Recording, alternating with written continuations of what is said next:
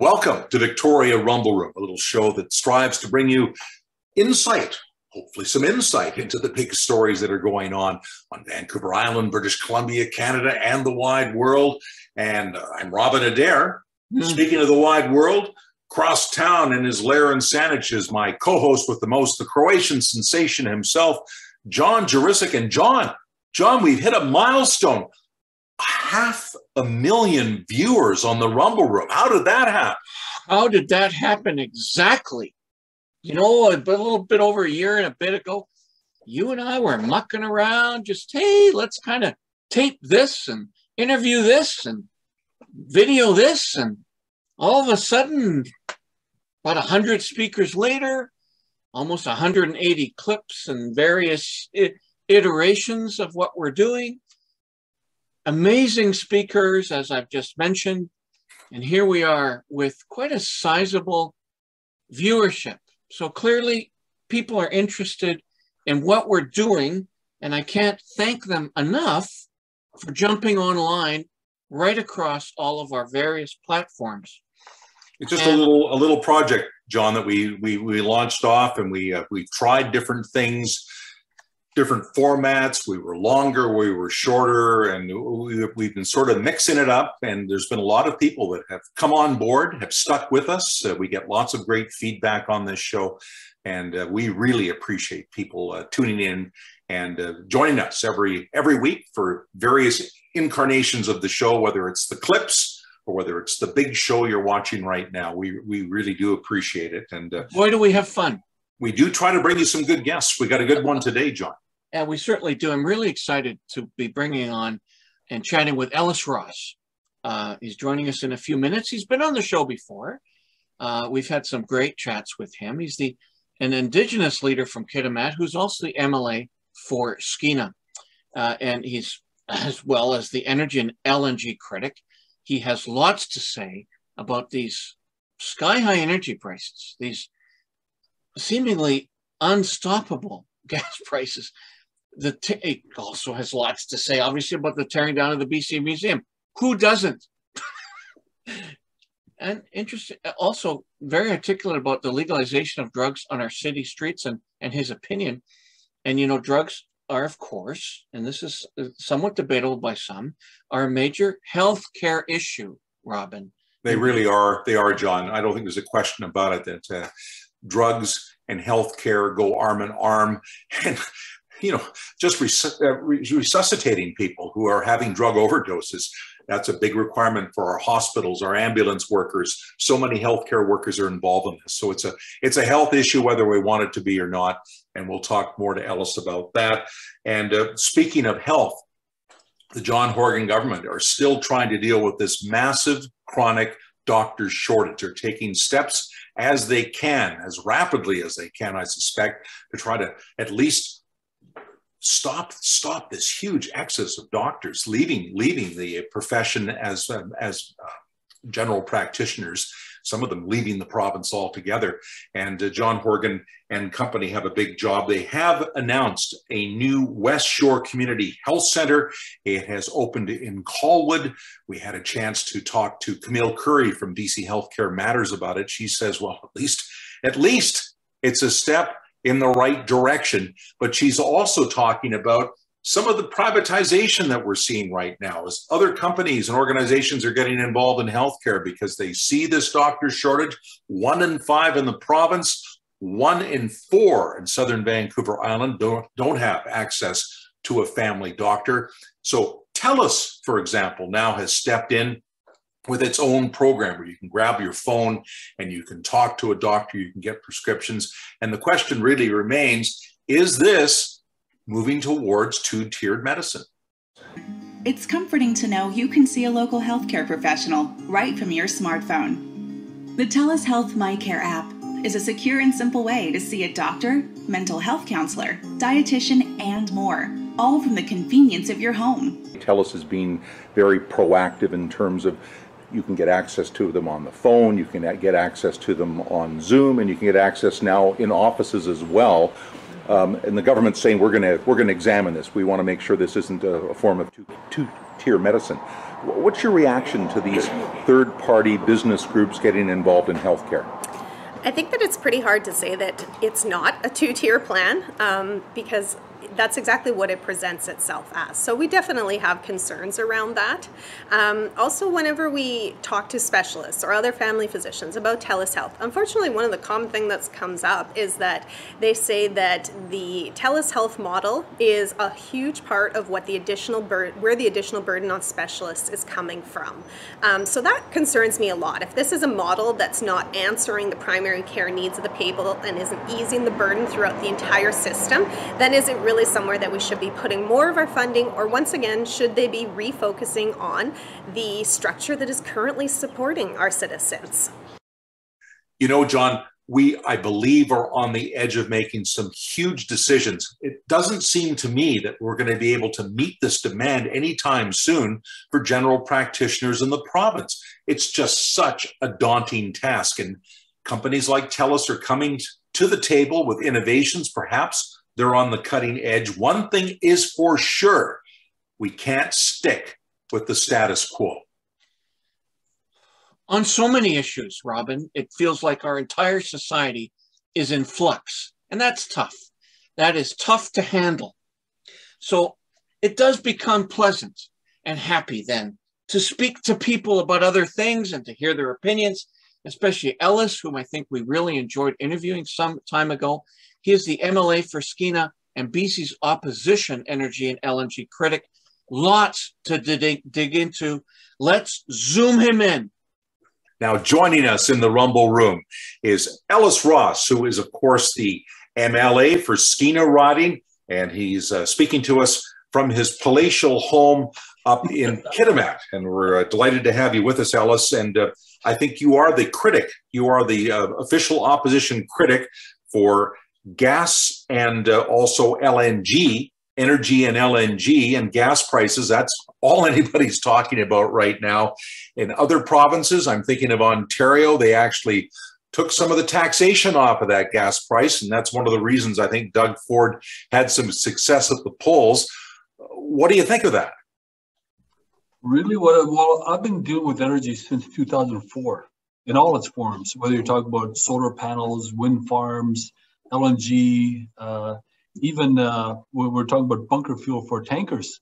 So I'm well aware of the topic, but I really think that what's happening in the world right now, especially in the geopolitics of energy between Germany and Russia, has shown us that we've actually taken energy for granted.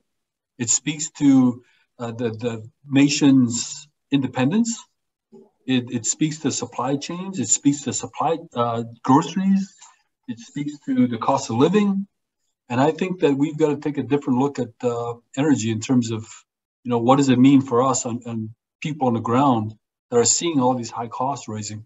So that's right up my alley, and that's what I've been doing for the last 15, 20 years now. So you're not calling, though, for maybe some taxation relief on this gas price that's just going through the ceiling. People are even talking about not going on holidays or taking shorter holidays because gas is getting so expensive. Well, I encourage those initiatives, but those are short-term initiatives. I think we need some long-term initiatives. And you know, just to break it down into simpler terms, I think we need a domestic energy policy that speaks to an energy supply and affordability for BC citizens. And I think we need an export policy of energy so that we can have a long-term outlook in terms of what we do to help the world, as well as bring back revenues and economies for British Columbia. We don't have either one of those. First Nations, by the way, have been asking for energy policies for the last 15 years to kind of reflect what we're seeing today at the gas pumps as well as on the grocery shelves. Of course, we've had all these protesters blocking pipelines and protesting the use of oil, even people that are against LNG and are unhappy with that. And I'm wondering if we'd allowed the pipelines to go through, certainly to the Pacific, but even if we'd let them go across in the other direction through Quebec, if the country wouldn't be in much better shape right now, because we do have a lot of domestic energy that we're simply not getting to market. Well, we are getting into market, but you know what? We're the Kmart of the world. USA comes here and treats us as Kmart, 60% on the dollar. I mean, let's face it, India wants energy, China wants energy, Germany wants energy, everybody wants energy. The demand is there. Canada, BC, we had the supply, but we restrict ourselves from exporting it to these countries that need it. But at the same time, we let this energy go into the United States at a discount. And guess what? United States exports it. This does not make any sense. And when we're trying to build a country and build up the jurisdiction, got to remember, it's not just for us. It's for our kids. It's for our kids' kids. I don't want to see anybody living in poverty or leaving BC to go to the United States or some jurisdictions where affordability is much better. I think we've got to have a good talk about energy that's free from ideology, free from politics, and free from rhetoric. Ellis, it's so great to have you back. Last time we chatted, we had some great viewership numbers. The show itself is experiencing quite a renaissance of viewership. We just crossed 500,000 views in just over a year. Let's stick with energy, please, for another question. So many scientists believe we've had record rain, floods, and heat domes because of global warming. And we always seem to be caught unprepared. Do you agree global warming is behind this? And if we have another heat dome this summer, will we be ready for it this time? That's a great question. In fact, I'm dealing with flooding up in my area right now. And ever since I was a kid, we've had flooding. We've had periods of time where it was actually more warmer than normal. And, you know, think about this is people, even some media outlets have branded me as a climate change skeptic. I don't know where that came from. Really, what I said was, you know what, if the experts can't agree on what's going on with the weather, then how are we as average citizens supposed to make up our minds? And I'm talking about Patrick Moore, the co-founder of Greenpeace. I'm talking about Michael Schellenberger, the environmental activist that came out and apologized to people around the world for scaring us. I'm talking about all these climatologists that are saying, well, you know, we got to take this in perspective in terms of, you know, the whole history of the Earth. So I've kind of stayed away from that topic. But at the same time, I've said, you know, the environmental standards that we put in place for, say, the aluminum smelter in Kitimat, they were much higher than BC and Canada's standards. The environmental standards we put in for LG, much higher than Canada.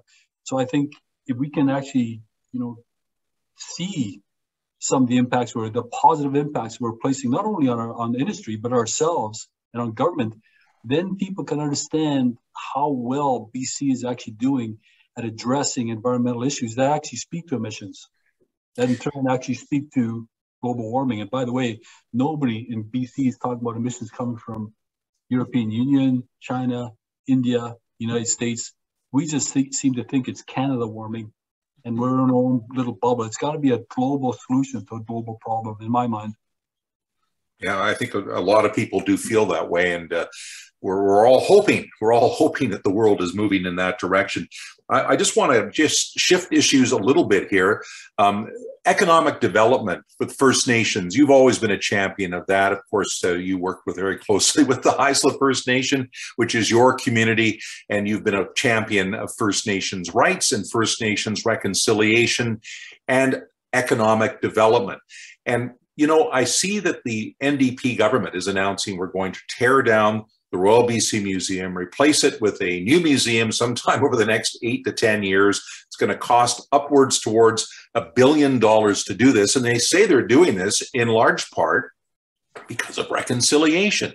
And I do see that there's some First Nations fans saying, well, why can't we have a First Nations museum on First Nations land? And I guess that's a separate debate. But how do you feel about this whole argument of reconciliation as being the real issue here behind replacing our historic landmark and something that a lot of British Columbians have always enjoyed? I don't. In fact, the word reconciliation actually came from Aboriginal rights and title case law that was decided in the courts of BC and Canada. And the judge that used that term said, you know, we got to reconcile. Our societies have to reconcile, because let's face it, none of us are going anywhere. That's all he said. And I don't listen to anybody spout off about reconciliation unless you're talking about solutions to poverty, suicide, kids going into government care, people going into prison because they don't have a job, so they're trying to break the law to make ends meet. So I don't consider any of that that dialogue, or because that's all politics. It's rhetoric. It's about getting votes. It's not about helping Aboriginal people.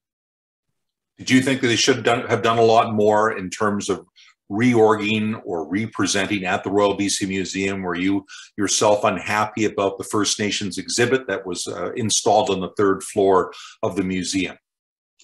Well, you know, I was chair of my treaty team from 2004 to 2011 back in Kitimat, and repatriation was a topic in those treaty negotiations. By the way, when I became chief, I took ourselves out of treaty negotiations because we didn't need it in my mind. But one of the biggest topics was, why do we not bring these artifacts back to our homes? Why do we have to travel down to Victoria or Vancouver to see our artifacts? And it's always been a battle. So it doesn't make sense to me. If you really want to talk about reconciliation, you got to talk about repatriation. So if you're truly committed to reconciliation, then you should repatriate these artifacts, which then leads to the question, why are you renovating a building for artifacts that you're going to return to the First Nations? You're going to have an empty floor. That doesn't make any sense. And in fact, I actually questioned the minister about this, and I asked about their terminology in terms of colonialism and settlers, which I feel is a derogatory term. It's become a negative term. And I don't think, I mean, a lot of it was bad, but a lot of it wasn't bad. You know, our ancestors embraced steel. They embraced gasoline. They embraced stick-built houses, hospitals, schools, pavement. So you can't just do a blanket term and just say, oh, colonialism, everything's bad. It's a political term. And I don't think, in light of the inflation and the cost of living, $1 billion museum at a minimum is a good decision or a good priority in today's day and age. You know, Ellis Ross is really onto something. We've just heard from the new Ukrainian ambassador to Canada, speaking in Calgary to the oil and gas sector, that we need more oil and gas exports to Europe. It's a way to fight the Russians and do it in an important way. And we've been missing the boat, especially on getting faster installation of pipelines, especially LNG pipelines. This is a chance for Canada to step up. I really hope that happens. And speaking of Europe, hats off to Langford Mayor Stu Young and former Fire Chief Bob Beckett, who are leading a Ukrainian relief effort. They're heading to the Ukraine, and they're bringing food and medicine and rescue equipment. And Stu Young is also looking to form a sister city relationship with the community in Ukraine, yet to be unnamed. We'll hear more about that from Mayor Stu Young. And you have to say, this is really forward thinking. Again, while many local politicians are busy gazing in their woke view of the world at a lot of things around political correctness, a real leader stands up and leads by example. This is a feather in the cap for Langford, and we'll have more on this next week, including an interview with Devin Goldie, who's the president of the Victoria Ukrainian Cultural Center, and they're working very hard to bring refugees to Victoria, to Greater Victoria, to Southern Vancouver Island. A long list of people want to come. It's a big job. We'll hear more about that. And while we're tipping our hat to the Ukraine, let's also take a minute to recognize the hard work of the Juno Beach Center Association. I learned that a very close friend of mine, Chris Ainscough, who's a music and movie producer and composer and director and editor, has been part of a team that's been busily recording the memories of Second World War veterans. And, you know, there aren't very many left. They've just passed the 78th anniversary of D-Day. We just passed that. That was on the 6th of June. And now we've learned that the Juno Beach Association in Normandy is actually threatened, not by Nazis this time, but by greedy French developers. The Juno Beach Center is a fantastic facility where people from around the world, but particularly Canadians, can see displays about the landing, the war, and the Canadian courage. I wish that we could all see that, frankly, Robin, on our, every Canadian should be able to go there. You know, the only footage taken of the D-Day landing shows Canadians arriving at Juno Beach. Now, a French developer these days has plans to build condos and resorts on this historic site. Unacceptable. Apparently the French, whom we helped liberate, have short memories. If you want more information, please go to junobeach.org and perhaps consider calling your local member of parliament to tell them how angry you are about this abuse of Canadian heritage. I think it's awful, John. And in this era of wokeism and the rewriting of history, there are just some things that you can't tamper with. Right. Hundreds and hundreds of thousands of Canadian men and women served in the Second World War. And they fought for us. They fought for freedoms that we enjoy today. We should never forget that sacrifice. And Juno Beach is certainly an important location for the Canadian psyche. That Juno Beach Center is making an effort to keep these memories alive, and it has been interviewing veterans continually for the last few years, and they finished just recently speaking to a 101-year-old naval veteran, a D-Day vet, out in Sydney by the sea. Why was it important for you to get over here and do this interview? Commander Peter Chance is a legend in the Navy, an incredible career. We heard about him and had the opportunity to get in touch with him, and he agreed. And I think it's very important that we record his story for the Juno Beach Center and for future generations of Canadians. In May 43, I joined Skeena. And from May 43 until the time she was lost in Reykjavik off Iceland.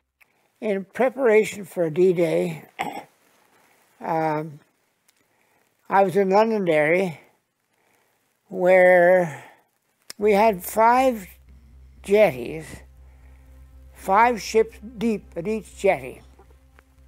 And when, as they say, the balloon went up, why, we all trooped out of Derry in line ahead and down past into the Irish Sea and down to the channels. When D-Day hit, of course, we were all moved out into our positions. But before that happened, the weather was terrible. So the great armada of ships coming in to land in front of the beaches of Normandy had to turn back. Have you been able to find a lot of Navy veterans? Because Canada used to have one of the largest navies in the world back in the Second World War. Second World War, we were the 3rd largest Navy at the end of the war. And we're always looking. So if anybody knows of anybody that they would think that would want to be interviewed, we'd be happy to talk to them. And they went out to sea again, they turned around, and they came in the next day. Then they were able to get alongside and open up the bombardment. Anyway, all that was very exciting for a lot of us. And yours truly, as a young 20-year-old and a bit, it was quite an eye-opener and part of my history that I remember very vividly. I feel so honored to meet these people. It seems like we meet them and instantly become almost like old friends. You know, my father was in the Second War, and he did talk about it. I heard stories from my father, you know, late into his life that I'd never heard before, and it was really emotional to hear those things. And my father was, well, he was in the hospital for a few days, but that was his own fault. Well, you know, you think about Remembrance Day, and the big chant at the end of the service is always, "We will not forget." And I guess this is a way to make sure that doesn't happen, because it'd be so easy for these lives to end, after some of them very long lives, and to never be documented. No one really gets to hear the story unless someone takes the time to put the camera on. Yeah, and that's something that I've always done, and I know, Robin, you have a passion for it as well. We share that passion in being able to document these things, because you know, I know after we do it, there's so many people that are so appreciative of it, and and you know, we enjoy doing it. It's my passion to do it. And you know, if people can go to the junobeach.org and see these things, I think they'll be really touched by some of these stories. It isn't all gruesome either. There's some amazing, funny stories. I was started off as a Joe boy, and the engineer officer was a hell of a nice guy, Johnny Long. He called me a half-baked limey because I spoke with a very marked UK accent. Hello, chaps, and all that sort of thing, you don't know. Anyway. I got to say, has it been fun? Working with Chris on this project has been just such a pleasure. He relates to the veterans relate to him, but the best part is that he can capture it. We could see the beach. We were all in a line and firing, and we had bigger vessels, cruisers and battleships behind us, and they were firing over us with 1-ton bombs, and we had 4.7 pea shooters in comparison. But we all added to the not only the noise but the effectiveness to assist the guys landing. Our duty was to prevent submarines from getting into the channel, to harass our people. They came out, the submarines came out, protected on both sides by what they call flak ships. These were heavily armed trawlers that had all kinds of anti-aircraft stuff with them. And when at a vantage point for us, we opened fire on them, and that was the end of those guys. And so we protected our people getting up into the channel. It's junobeach.org. It's a website, and you just have to look under History, Legacy of Honor videos, and you'll have our entire lineup. And if I was to go to Juno Beach, are some of these available at Juno Beach on screens? Can you see some of these veteran accounts even at the location where these people served? We're looking to improve and an upgrade from 2003 when the Juno Beach Center was opened. We're very excited about creating a Room G, which is it's all about Canada and the Canadians. The veterans set that up. And so we want to revamp it now. It's been over 20 years.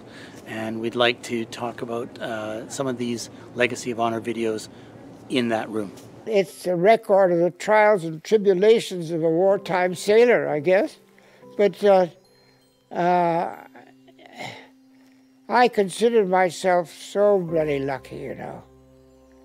And people were very supportive to the old guy. And I look back on it and I think for others following in my footsteps, the kind of examples that I had, that they might be of use to other generations coming forward.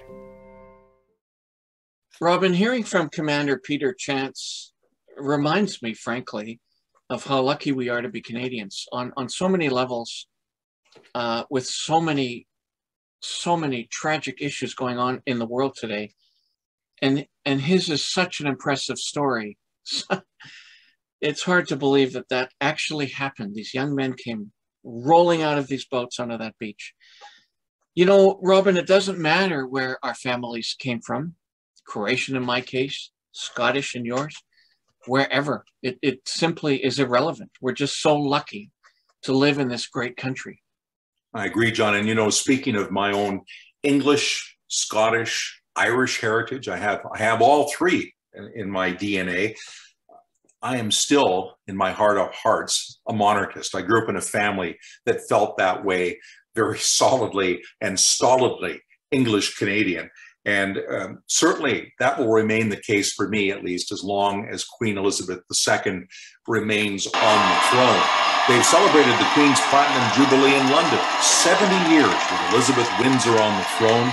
She was crowned 4 years before I was born. And she's always been a part of my heritage, singing God Save the Queen in elementary school, cheering at all sorts of events, including the Commonwealth Games in Victoria back in 1994 when she was in attendance. And I'll say it again, God save the Queen. And that's pretty well it for the Rumble Room, John. Maybe you can again remind people how they can follow and like and join us as a regular contributor and follower. Absolutely, I will. One last comment, about the Queen. She's 96, okay? Whether you agree with the monarchy, whether you agree with that sort of pomp and circumstance, this is an incredible woman on what she has done and how many prime ministers and how many premiers and how many leaders of state she's seen over the years, and continues to be stoic and consistent in her messaging. And 96, and she's still walking around. I'm with you. This is a remarkable anniversary that we're celebrating, and you and I are helping celebrate it across a bunch of platforms. And over time, 500,000 people have been on those platforms listening to us talk about stuff. And those platforms are, of course, from as many folks know, Facebook and Twitter and YouTube. And those are our core avenues by which we deliver these bits of fun information.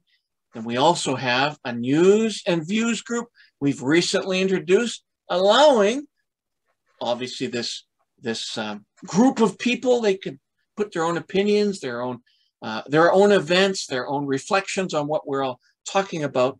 And so that's a Facebook news and views Rumble Room group. And also we show up also on Instagram, and we also show up on TikTok. And you just never know what's going to happen on that platform. And so for now, after reaching this extraordinary milestone, I remain, as always, the Croatian sensation, Johnny Juricic.